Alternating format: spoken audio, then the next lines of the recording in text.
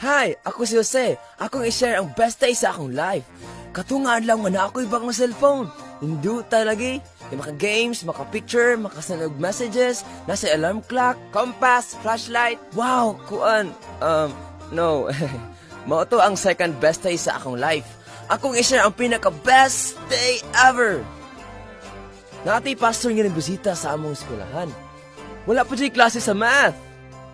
Wow! Sakto imong tubag! Okay, padayon ta sa tong next challenge. Kinsay makatag-an kung pila ka candies ang nasunod ani nga jar.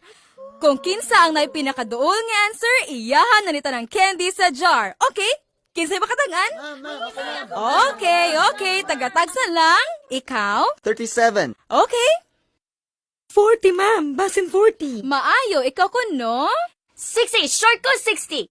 Oh, okay. Ikaw kuno, Jose? 6'1"?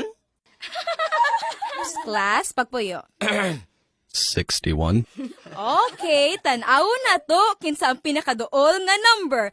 Drum roll, please! Ang saktong tubag kay 61! Jose! Sakto imo tubag! Okay, everyone. Natay bisita karong adlaw. Pastor siya sa atong lugar. Siya si Gospel Guy. Ang Gospel kay maayong balita ug na siya'y good news nga ihatag nato karon. Kahibalo siya sa Bible. Ang Bible gisulat sa Dios. Nagsulti kini kung asa ta gikan, unsaon pagkinabuhi, ug asa ta paingon human sa atong kinabuhi. Ato siya hatagan og masipang pakpak. May tagdi dugay. Obla ay. Unsa kaya istorya na to, no? May tungod sa Ginoo, laoy. Di ko mo tuon ay Ginoo. Nay ginuoy nga nagbuhat ani tanan. Wala ni kalit og tunga. May tag nga lugar no nga way kamatayon. Ay mga bata, ako si Gospel Guy. Bitaw, kay bago ko katawanan gamay. Ang Gospel kay maayong balita. Og unsa nga maayong balita akong i-share karon? Kindi na lang para namon tanan. Oh sige, hindi para sa tanan. Okay na ba na siya? Okay. Mag-share ko karon sa good news about sa langit. So kani ang akong pangutana. Kung mamatay ka karon, 100% sure ba ka moadto ka sa langit? Naghuna-huna sila. Unsaon nimo para makaadto ka sa langit? Binutan? Musimba? Pabaptize? Pray kapito kada adlaw? Dawaton ang pasaylo kang Hesus sa imong sala. Asa ang sakto? Unsay saktong tubag? Wa ko kibaw, lisod. Mangunaw na og kamatayon, manok lagi ko ano. Asa ka ko padung, no?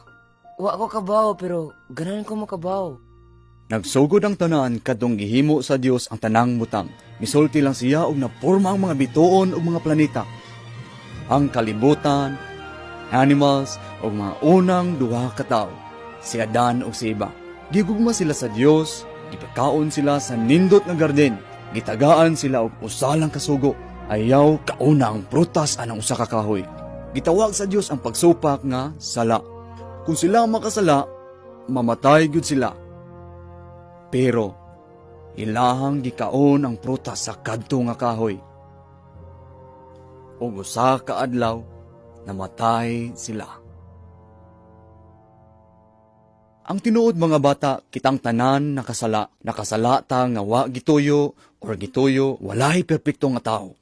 Unsa ka kung isulti sa Ginoo ang tanang bati nimong gibuhat, gisulti o ginahuna. Maulaw jud ta, di ba? Naagi bayad ang sala. Sa akong sala o sa imong sala. Ang bayad sa sala, kamatayon. Kay tanan nakasala sa Dios, mamatay gyud ta pareha ni Adan ug ni Eva. Basig katigulang nato or bisan bata pa. Inig abot ana nga adlaw kung ang atong mga sala na pasaylo na ni Sus adto ta sa langit kauban ng Ginoo. Ang langit usa ka nindot nga lugar puno sa kahayag, katawa, lingaw ug candy. Di bitaw ko sure about sa candy, pero basin mga bata, ang good news kay kung naa na ta sa langit dito way paghilak, way kagutom, way kasakit, ug adto hangtod sa hangtod. Ang di maayong balita kay kung wa pa ka mapasaylo, bayran nimong tanan nimong sala nga wala ang Dios hangtod sa hangtod. Kana nga lugar gitawag nga imperno wala kini gibuhat para sa mga tao. Lugar lang unta kini para sa yawa tungod sa iyang kadutan. Siya ang inundang sa tanang kamatayon, sakit, gubat ug kasakit. Lugar siya nga buwag sa Ginoo hangtod sa hangtod. Yes dong, nakay pangutana? Bad news lagi tanan. Naay good news? Oh, gipadala sa Dios ang iyang anak diri sa kalibutan ug para luwas unta. Niabot siya isip o sa kabata. Nidako siya ug nag-ayo sa mga masakiton. Nipakaon ang gigutom. Nagtudlo siya sa pulong sa Ginoo o gisultian niya tanan nga siya ang anak sa Dios. Ningon siya nga maghimo siya balay para nila didto sa langit para magkuyog sila hangtod sa hangtod. Daghan ang migugma og misimba kaniya. Nituo sila sa iyang gipangsulti pero dili tanan nituo. Daghan ang nasuko niya kay gisultian man sila sa kamatuoran ug nga wala sila mituman sa Dios. Wala sila ganahi ato. Nasuko sila og nagplano nga pasikitan nila si Jesus. Ilang gidakop si Jesus bisag wala siya'y gibuhat nga sala. Ilang gibunalan, giluwaan, o gipurong-purungan, o tunok. Unya gilansang siya sa krus. Namatay siya sa krus para bayran atong mga sala. Imong sala, akong sala, atong tanang sala. Ningon ang Dios para mapasaylo ta, pinaagi lang gyud sa usa nga wa gyud nakabuhat og sala para makuha atong silot. Kung mauna ang gibuhat ni Jesucristo para sa tanan. Kung ikaw lang usa diri sa kalibutan, mamatay lang gihapon siya para lang kanimo. Nigugma siya nimo. Si Jesus gilubong og sa ikatulo nga adlaw, milakaw nga buhi. Tanan nga iyang gisulti, tinuo, dili lang siya maayong tao, kundi siya ang Dios. Ibalik na siya sa langit karon, nag-andam og lugar para nako ug nimo. So, mag-review ta ha. Ingon ang Bible, una, kitang tanan nakasala. Kadua, ang bayad sa atong sala mao ibulag ta gikan sa Dios hangtod sa imperno. Ikatulo, gikuha ni Jesus ang atong silot sa cross. Ngon ang Bible, apan ang gasa sa Dios mao ang kinabuhing dayon pinaagi ni Jesucristo nga atong Ginoo. Kay si bisan kinsang mutawag sa ngalan sa Dios, maluwas. Gusto sa Dios nga ang tanan malangit. Sayon lang gyud murarag mo dawat og regalo gud. Tanan tawo kay bawana, di ba? Ang regalo libre. Di nimo paliton or haguan. Dawaton lang nimo. Dawaton lang nimo kausa. Kay si Jesus ang regalo. Abli lang imong kasing-kasing unya dawata siya nga imong manuluwas kausara. Last nga picture din mulakaw nako. Ikaw ni, ako, o kitang tanan. Kadtong first time nga nakasala ta, gibulag ta gikan sa Dios, di siya makaduol kanato tungod sa atong mga sala. Wala gyud siya sala. Kung wa kay Ginoo, naay gyud kay kulang sa imong kasing-kasing. Wa tay mahimo para ana. So gitry na tugbuhat og tulay, magbinutan, adto sa church, magpabaptize, ampo kapito kada adlaw, sa kasing-kasing nato gusto ta pasayloon. Tanan gusto mo atong langit, di ba? Pero wa gyud tay mabuhat sa atong kagalingon para malangit. Atong tulay kulang.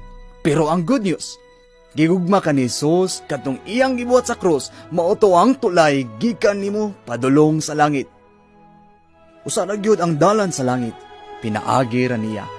Ningon si Jesus, ako maong dalan, ang kamatuoran ug ang kinabuhi. Way tawo makaadto sa amahan apan pinaagi lang kanako. Kay gigugma sa Dios ang kalibutan nga iyang gihatag ang iyang bugtong anak nga kung si bisan kinsang mutuo kaniya dili malaglag apan adunay kinabuhing walay katapusan. Nabay tawo nga gianak sa tuo nga bahin sa tulay? Wala. Nabay tawo nga makadala nimo labang sa tulay? Wala. Imo na ang desisyon. Unsao man nimo paglabang? Saligi si Jesus ug dawata ang iyang regalo nga pasaylo. Higala, tanan may tungod kang Hesus. So, salamat sa pagpaminaw. Kung namoy pangutana, mapabilin na ko dere. Salamat sa pagbisita ug pagwalin namo karon. Bye guys! Sunod na sad! Okay, napatay na habilin nga oras. Pwede mo magtabi sa imong kauban or buhata inyuhang math homework.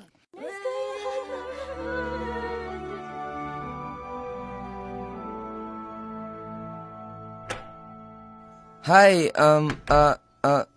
sir, kanang, pwede mong utana? Sure, unsay name nimo? Ako di ay si Jose. Oh, Jose, may nakita ta. Unsa may ato? Unsaon pagdawat sa gift? Kanang saan ni magibuhat? Ako nang gibuhat tong bata pa ko. Gisultian ko sa magwawali. Tigsimbahan ko sa unagod, unya nabunyagan pug ko pagkabata. Pero wa ko kahinumdom nga gipasaylo nako ni Jesus Christ. Mao na ang akong wa nabuhat sa una. Pero katong February 23, 9 akong edad, first time nakaamgo ko nga naa ako sa sayop nga part sa tulay. Gihangyo nako si Jesus Christ na mosulod sa akong kasing-kasing. Pasayloon ko og hatagan sa kinabuhing walay katapusan. Di mangani ko kalimot sa time ug sa lugar, Jose. Wa siya nagpasabot ako na sa una. Nag-ampo magani ko kada adlaw. Ibunyagan sa ko pagkabata. Pero tong naminaw ko nimo, wa kabaw, giun sa to nimo. Wa kabaw kung nakadong ba siya or naa na ba siya sa akong kasing. Sakto. Wow, nakoy lang pangutana. Di ko mag-ampo pinagay silang tao. Mag-ampo ko diretso sa Dios. Sakto kaayo. So imong pasabot, libre rin ang regalo o niya ako rang dawaton? Giinang ko sa una magbinuutan dako para manangit. Karon naaday ko sa sayop nga bridge. Wala pa day ko mapasaylo, niya di pa ko pasudlon sa langit. Maminaw ba ang Dios kung mangayo kog pasaylo? Maminaw. Mapasaylo ang Dios sa mudawat kaniya. Unsaon para ma-sure? Kayang Biblia tinuod. Jose, ang Dios di mamakak. Utuman siyag saad. Nya, mutuon ako. Ganahan jud ko sa good news. Pero, unsaon di ay? Pwede tabangan ko nimo? Sure, pwede mag-ampo ta karon. Karon, okay, unsaon? Sayo na ra. Sunod sa akong pag-ampo ha, pero dili ang pagsunod-sunod makaluwas. Dapat kinasing-kasing gayod. Mauni akong giampo sa una. Ginoong Hesus, Ginoong Hesus, nagtuo ko nga ikaw ang Dios nga naghimo sa tanan. nagtuo ko nga ikaw ang Dios nga naghimo sa tanan. Kibaw ko nakabuhat kog dautan. Kibaw ko nga nakabuhat kog dautan. O gitawag kini nga sala. Ug gitawag kini nga sala. Pasaylo ako sa tanan na akong mga sala. Pasaylo ako sa tanan akong mga sala. Nagtuo ko nga namatay ka para kanako. Nagtuo ko nga namatay ka para kanako. Unya ikaw nabuhi pagbalik. Nya ikaw nabuhi pagbalik. Dawaton ko imong regalo nga kinabuhing dayon. Dawaton ko ang imong regalo nga kinabuhing dayon. Ipalabang ko sa tulay. Ipalabang ko sa tulay. Salamat sa pagluwas kanako. Salamat sa pagluwas kanako. Para one day magkuyog ta hangtod sa hangtod. Para one day magkuyog ta hangtod sa hangtod. I love you, Jesus. I love you, Jesus. Amen. Amen. Jose, kibaw ka? Ha? Nakuha na nimo ang sakto nga tubag.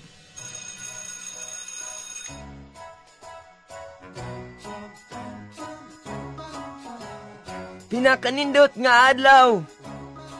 Padong na jud ko sa langit. Kabaon ako saktong tubag. Dino kahuwat nga sultian ti ka.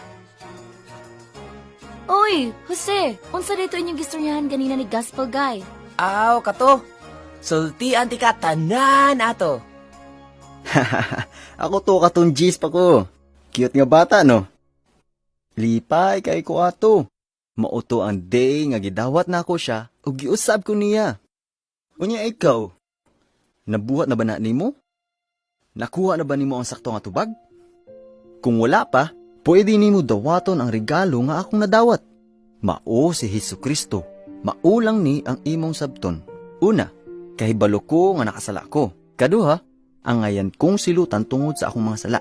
Ibulag ko gikan sa Dios adto sa impyerno hangtod sa hangtod. Ikatulo, kabaw ko nga gikuha ni Kristo ang akong silot didto sa cross ug siya na banhaw. Ug ikaw pat, kay baw ko nga dili nako mapalit ang agianan padung sa langit. Regalo na siya sa Ginoo. Kung mamatay ka karon nga wala si Kristo, asa ka padung? Mao ba na imong ganahan? Ganahan ba ang Ginoo ana? Ganahan ba ka nga dawaton ng regalo para sa akong gibuhat sa una? Unya karon mag-ampo ta pareha sa akong giampo sa una. Sunod lang nako kung ganahan ka. Karon dayon, i-fold imong kamot, ipiyong imong mata, ug pag-ampo nga kinasing-kasing, ug sundako. Sige, magsugod ta.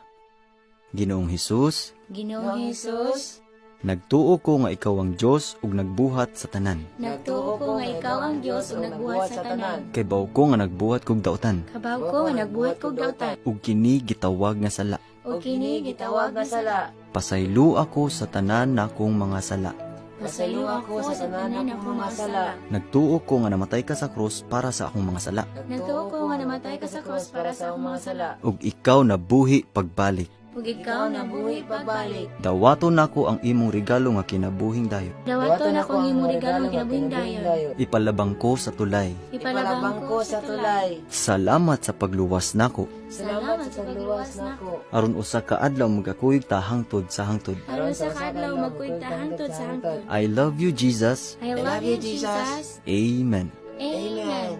Kibaw ka? Nakuha na nimo ang saktong tubag. Kung tinuuray ka, nagsaad ang Dios adto ka sa langit kuyog niya hangtod sa hangtod. Karong kay baw naman ka sa tubag, sulti ang uban para malangit sad sila kuyog nimo.